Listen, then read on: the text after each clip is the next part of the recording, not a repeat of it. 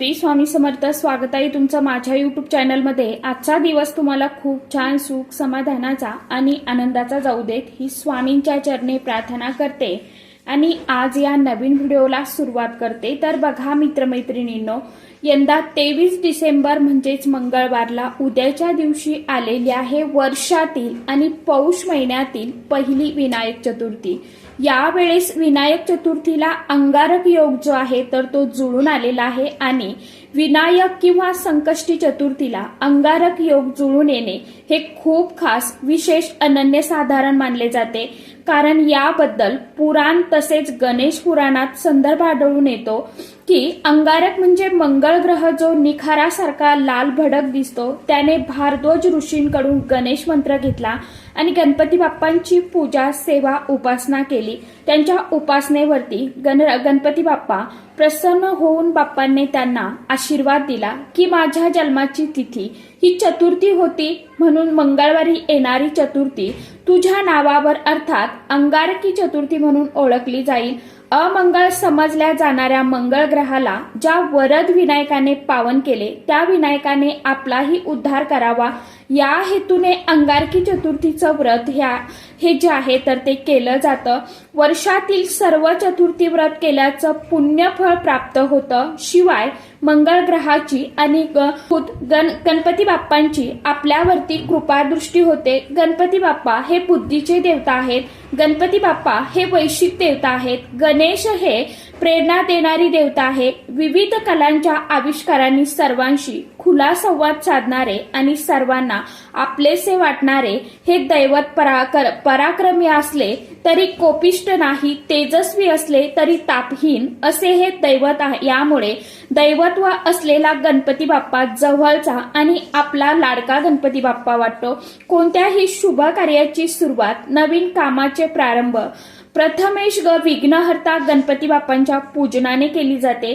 त्याचबरोबर अंगारकी चतुर्थीचं व्रत केल्याने कोणतंही संकट येत नाही अथवा संकटे आले तरी त्याचं निवारण देखील होतं, अशी देखील मान्यता आहे. माता आपल्या मुलांच्या उज्ज्वल भविष्यासाठी, पतीच्या दीर्घायुष्यासाठी हे व्रत जे आहे तर ते आवर्जून करत असतात. धार्मिक दृष्टीने हा दिवस अतिशय अत्यंत महत्वाचा असल्यामुळे या दिवशी काही प्रभावशाली सेवा आणि उपाय देखील केल्या जातात. म्हणूनच अंगारकी विनायक चतुर्थीच्या दिवशी तुम्ही व्रत नाही केलं तरी देखील चालेल, परंतु सकाळीच घरात आपल्याला ह्या एका झाडाचं एक पान जे आहे तर ते घरी आणायचं आहे. हे पान आपल्या घरी आणल्यामुळे आपलं 7 पिढ्यांचं जे काय दुःख, दारिद्र्य आहे तर ते नष्ट होईल आणि आपल्याला सर्व कामामध्ये यश प्राप्त होणार आहे. आपल्या मनातील कितीही कठीणातील कठीण इच्छा जी आहे तर ती साक्षात गणपती बाप्पांच्या कृपेने पूर्ण होणार आहे. तर आता हे कोणत्या झाडाचं पान आपल्याला आणायचं आहे, उपाय कोणत्या वेळेमध्ये करायचा आहे आणि कशा पद्धतीने करायचं आहे याविषयीची संपूर्ण माहिती आजच्या या नवीन व्हिडिओमध्ये मी तुमच्या बरोबर शेअर करणार आहे. त्यामुळे तुम्ही हा व्हिडिओ स्किप न करता शेवटपर्यंत नक्की बघा. चॅनलवरती तुम्ही जर हा व्हिडिओ पहिल्यांदा बघत असाल तर चॅनलला आवर्जून सबस्क्राईब करा आणि असेच नवनवीन माहितीपूर्ण व्हिडिओ बघण्यासाठी समोरील बेल आयकॉनलाही प्रेस करा. त्यामुळे काय होईल, जेव्हा कधी मी नवीन व्हिडिओ अपलोड करेल तर सर्वात अगोदर त्याचं नोटिफिकेशन तुम्हाला मिळेल आणि तुम्ही एकही व्हिडिओ मिस करणार नाही. त्याचबरोबर कमेंट बॉक्समध्ये ओम गणपतये नमः हा मंत्र आवर्जून सर्वांनी लिहा किंवा ओम विघ्नहर्ताय नमः, श्री गणेशाय नमः आवर्जून सर्वांनी टाईप करा. तर बघा मित्रमैत्रिणींनो, विनायक चतुर्थीच्या दिवशीच म्हणजे आपल्याला उद्याच्या दिवशी सकाळी लवकर उठायचं आहे. तर मनामध्ये आपल्याला गणपती बाप्पांचं नामस्मरण करायचं आहे आणि दिवसाला सुरुवात करायची.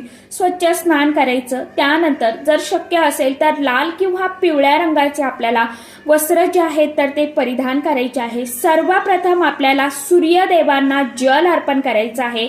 जल अर्पण करत असताना मनामध्ये आपल्याला ओम सूर्य देवाय नमः किंवा ओम आदित्याय नमः या मंत्राचा आपल्याला जप करायचा आहे। त्यानंतर आपल्याला सर्वप्रथम देवघरामध्ये दिवा हा प्रज्वलित करून घ्यायचा, धूप लावून घ्यायचा। कारण कोणतीही सेवा किंवा उपाय पूजा जी आहे तर ती अग्निदेवतेच्या साक्षीने केल्याने ती भगवंतापर्यंत लवकर पोहोचते आणि आपल्याला केलेल्या सेवेचं उपायाचं फळ जे आहे तर ते नक्कीच प्राप्त होतं। त्यानंतर आपल्याला व्रत करायचं आहे, म्हणजे संकल्प हा करून घ्यायचा आहे। दिवसभर उपवास करायचा आहे। आपल्याला गणपती बाप्पांची षोडोपचारे पूजा करून घ्यायची आहे। आता तुमच्याकडे गणपती बाप्पांचा फोटो असेल तर स्वच्छ पुसून घ्या। मूर्ती असेल तर गणपती बाप्पांची मूर्ती तामणामध्ये थोड्याशा अखंड ठेवून हळदी कुंकू अर्पण करा आणि त्यावरती गणपती बाप्पांची तामणामध्ये मूर्ती ठेवा आणि नंतर गणपती अथर्व शीर्षम म्हणत किंवा ओम श्री गणेशाय नमः हा मंत्र म्हणत जो तुम्हाला गणपती बाप्पांचा सोपा मंत्र येत असेल तो मंत्र पठण करत करत तुम्ही गणपती बाप्पांच्या मूर्तीवरती अभिषेक करायचा आहे आणि परत स्वच्छ पाण्याने अभिषेक केल्यानंतर स्वच्छ पाण्याने गणपती बाप्पांना स्नान घालायचं, मूर्ती स्वच्छ करून घ्यायची। जे काय आपण गणपती बाप्पांना अभिषेकाचं पाणी आहे आंघोळीचं गणपती बाप्पांचं तर ते आपल्या घरामध्ये मुलांना आवर्जून पिण्यासाठी द्यायचं आहे। यामुळे काय होतं तर मुलांच्या बुद्धीमध्ये वाढ होते, मुलांची बुद्धी जी आहे तर ती तल्लख बनते। गणपती बाप्पांच्या मूर्तीला स्वच्छ पुसून घ्यायचं, त्यानंतर त्यांच्या जागेवरती म्हणजे देवघरामध्ये आपल्याला विराजमान करायचं आहे। यानंतर गणपती बाप्पांना शेंदूर असेल तुमच्याकडे शेंदूर लावा किंवा हळदी कुंकू अष्टगंध लावून आपल्याला गणपती बाप्पांचं पूजन करायचं आहे। गणपती बाप्पांना लाल रंगाचं फूल दुर्वा अर्पण करायचे आहे आणि आपल्या मनातील जी काही इच्छा आहे तर ती व्यक्त करायची आहे। त्यानंतर आपल्याला मोदकाचा नैवेद्य दाखवायचा आहे किंवा गुळ खोबऱ्याचा नैवेद्य दाखवला तरी देखील चालेल। यानंतर धूप दीप ओवाळून घ्यायचं, परत आपल्याला गणपती बाप्पांना नमस्कार करायचा। यानंतर गणपती बाप्पांची मनोभावे आरती करायची। त्याचप्रमाणे आपल्या मुलांकडनं सुद्धा गणपती बाप्पांना दुर्वा किंवा एखादं लाल रंगाचं जास्वंदीचं फूल अर्पण करायला लावायचं आहे। यानंतर मुलांकडनं ओम गणपतये नमः हा मंत्र देखील आपल्याला म्हणून घ्यायचा आहे। दिवसभर आपल्याला हे व्रत करायचं, संध्याकाळी परत गणपती बाप्पांचं विधिवत पूजन करून घ्यायचं आणि विनायक चतुर्थीचं व्रत हे एकादशी व्रताप्रमाणे दोन्ही वेळेस उपवास करून दुसऱ्या दिवशी सोडावं असं शास्त्रामध्ये सांगितलं जातंय। आता जर तुम्हाला उपवास करणं शक्य नसेल तर मग आपल्याला गणपती बाप्पांची मनोभावे फक्त पूजा सेवा अर्चा जी आहे तर ती करायची आहे। ओम सिद्धी विनायकाय नमः या मंत्राचा जप करून व्रतपूर्ती करावी। अशा रीतीने आपल्याला पूजा ही करून घ्यायची आणि जास्वंदीचं लाल फूल म्हटलं की आपल्या डोळ्यासमोर सर्वात प्रथम आपले लाडके गणपती बाप्पा आठवतात आणि गणपती बाप्पांना हे लाल रंगाचं जास्वंदीचं फूल अतिशय प्रिय आहे। यामुळे काय होतं शक्ती ऊर्जा पवित्रता आणि सौभाग्याचं प्रतीक मानलं जातं। गणपती बाप्पांच्या पूजेमध्ये लाल जास्वंदीचं फूल अर्पण केल्याने ते प्रसन्न होतात आणि सर्व आपल्या कामातील अडचणी अडथळे दूर होतात। हे फूल माता लक्ष्मीला आई भगवतीला काली यांनाही अर्पण केलं जातं। लाल रंग शौर्य शक्ती आणि ऊर्जेचं प्रतीक असल्यामुळे देवी माता लक्ष्मीच्या पूजेमध्ये याला खास विशेष अनन्यसाधारण असं महत्व आहे। जास्वंद सकारात्मक ऊर्जा उत्साह आणि तेजाचं प्रतीक मानलं जातं, ज्यामुळे घरातील नकारात्मक ऊर्जा दूर होते। सूर्यदेवांची उपासना मंगळवारी हनुमानरायाला लाल जास्वंदीचं फूल अर्पण करा, शुभ मानलं जातं। वास्तुशास्त्रानुसार जास्वंदीचं झाड घरात लावणे अतिशय अत्यंत शुभ मानलं जातं। यामुळे घरामध्ये सुख शांती समृद्धी येते आणि म्हणूनच विनायक चतुर्थीच्या दिवशी आपल्याला सकाळीच लाल जास्वंदीच्या झाडाचं एक पान जे आहे तर ते आपल्याला घरी घेऊन यायचं आहे। हे पान आपल्या घरी घेऊन आणल्यानंतर आपल्याला या पानाला स्वच्छ धुवून पुसून काढायचं आहे। हा संपूर्ण उपाय जो आहे तर तो आपण देवघरासमोर आसनावरती बसून करायचा आहे। आपल्याला थोडंसं हळदी कुंकू जे आहे तर ते एका वाटीमध्ये घ्यायचं आणि त्या कुंकवामध्ये तुमच्याकडे जर गंगाजल असेल गुलाबजल असेल तर ते टाका, नसेल तर पाणी टाकलं तरी देखील चालेल। याचा आपल्याला पेस्ट तयार करून घ्यायची आहे, म्हणजे गंध तयार करायचा। आता जास्वंदीच्या झाडाच्या काडीनेच आपल्याला त्या जास्वंदीच्या पानावरती आपल्या मनामध्ये जी काही छोटी मोठी इच्छा असेल तर ती अगदी थोडक्या शब्दात, मोजक्या शब्दात आपल्याला त्या पानावरती लिहायची आहे। जसं की लक्ष्मी प्राप्ती, धन प्राप्ती, नोकरी प्राप्ती असं तुम्हाला लिहायचं आहे। विवाह, तुमचा जर विवाह जुळून येत नसेल तर विवाह असं लिहा, किंवा मुलांसाठी तुम्ही हा करत असाल तर मग संतती असं तुम्ही लिहा। तर असं तुम्हाला छोट्या इच्छा ज्या आहेत तर त्या मनोभावे त्या पानावरती लिहून काढायची। आपल्याला एक प्लेट घ्यायची आणि प्लेटमध्ये अखंड मूठभर तांदूळ जे आहेत तर ते ठेवायचे आहे, आणि त्या तांदूळावरती आपल्याला हे जे पान आहे, आपण आपली इच्छा लिहिलेलं तर ते पान ठेवायचं आहे गणपती बाप्पांच्या समोर। ही प्लेट उचलून आपल्याला गणपती बाप्पांसमोर, देवघरामध्ये असणाऱ्या गणपती बाप्पांसमोर ठेवायची। त्याचबरोबर 21 दुर्वांची जुडी सुद्धा घ्यायची। एक लाल रंगाचं परत फूल घ्यायचं। आपल्या मनातील जी काय इच्छा आहे तर ती आपल्याला परत व्यक्त करायची। गणपती बाप्पांना दुर्वाची जुडी गणपती बाप्पांच्या मस्तकावरती ठेवायची, म्हणजे डोक्यावरती ठेवायची। चरणावरती लाल रंगाचं फूल अर्पण करायचं। आता आपल्याला देवघरामध्ये समोर बसूनच काही सेवा ज्या आहेत तर त्या सुद्धा करायच्या। आपल्याला 3 वेळा गणपती अथर्व शीर्षम जे आहे तर ते पठण करायचं आहे। ज्यावेळी आपण गणपती अथर्व शीर्षम पठण करणार आहोत त्यावेळी आवर्जून आपल्या मुलांना सुद्धा आपल्या बाजूला बसवायचं आहे। त्यांनी श्रवण केलं तरी सुद्धा चालेल, त्यांना त्याचा लाभ जो आहे तर तो होणारच आहे। 3 वेळा गणपती अथर्व शीर्षम पठण करून झाल्यानंतर 1 वेळा आपल्याला फलश्रुती जी आहे तर ती पठण करायची आहे। फलश्रुती पठण केल्यामुळे आपल्याला केलेल्या सेवेचं फळ जे आहे तर ते निश्चित प्राप्त होतं। त्याचबरोबर आपल्याला 108 वेळा ओम गणपतये नमः हा मंत्र किंवा ओम सिद्धिविनायकाय नमः या मंत्राचं जप करायचं आहे। दोन्ही उच्च कोटीच्या सेवा आहेत।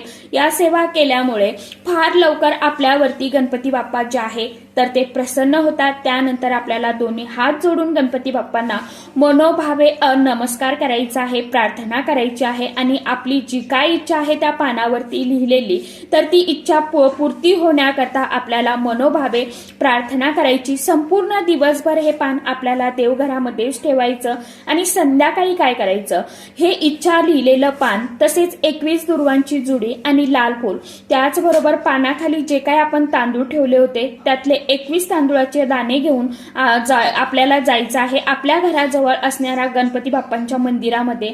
आणि मंदिरामध्ये गेल्यानंतर सर्वप्रथम आपल्याला गणपती बाप्पांसमोर एक छानसा तुपाचा तेलाचा दिवा लावून घ्यायचा, धूप लावून घ्यायचा, अगरबत्ती लावून घ्यायची। गणपती बाप्पांना हळदी कुंकू अक्षदा अर्पण करायच्या, धूप दीप ओवाळून घ्यायचा, आणि त्यानंतर जे इच्छा लिहिलेलं पान आहे त्यावरती आपल्याला ही 21 दुर्वांची जुडी लाल फूल आपल्या मनातील इच्छा व्यक्त करून ही दुर्वांची जुडी आणि ते पान आपल्याला तिथे गणपती बाप्पांच्या जवळ जे आहे चरणाजवळ तर ते अर्पण करायचं। आणि जे 21 तांदूळाचे दाणे आपण घेऊन गेलो होतो आपल्या सोबत तर त्या आपल्या मनातील इच्छा व्यक्त करून गणपती बाप्पांच्या चरणावरती अर्पण करायचे आहे। विनायक चतुर्थीच्या दिवशी हा उपाय मंदिरामध्ये जाऊन करण्याला खास विशेष अनन्यसाधारण असं महत्त्व दिलं जातं। कारण असं म्हटलं जातं की अंगारकी चतुर्थीच्या दिवशी नेहमीच्या तुलनेपेक्षा कितीतरी सहस्रपटीने गणेश तत्व जे आहे तर ते कार्यशील असते, आणि जर हा उपाय आपण मंदिरामध्ये जाऊन केला तर आपल्याला केलेल्या उपायांचं शीघ्र फळ जे आहे तर ते नक्कीच मिळेल। इच्छापूर्ती करता, सर्व विघ्न दूर करण्याकरता हा अतिशय अत्यंत खूप प्रभावशाली उपाय आहे। फक्त उपाय करत असताना पूर्ण मनापासून आणि श्रद्धेने करा। नक्कीच त्या केलेल्या सेवेचं उपायांचं फळ जे आहे तर गणपती बाप्पा आपल्याला नक्कीच देणार आहे अशी ठेवा। आणि येणारं 2026चं जे वर्ष आहे तर ते गणपती बाप्पांच्या चरणी मला ते सुख समृद्धीचं आणि भरभराटीचं जाऊ द्या अशी आपल्याला कळकळीने तळमळीने प्रार्थना करायची आहे। तर सांगितल्याप्रमाणे उपाय आवर्जून करून बघा आणि सेवा देखील करा, तरच त्या उपायांचं सेवेचं फळ जे आहे तर ते आपल्याला मिळत असतं। तर चला, आजच्या व्हिडिओमध्ये इतकीच माहिती होती। कशी वाटली नक्कीच सांगा। व्हिडिओ आवडला तर चॅनलला आवर्जून लाईक शेअर सबस्क्राईब जरूर करा। परत भेटूया नवीन माहितीसोबत, नवीन व्हिडिओसोबत। तोपर्यंत सर्व माझ्या YouTube परिवाराला श्री स्वामी समर्थ।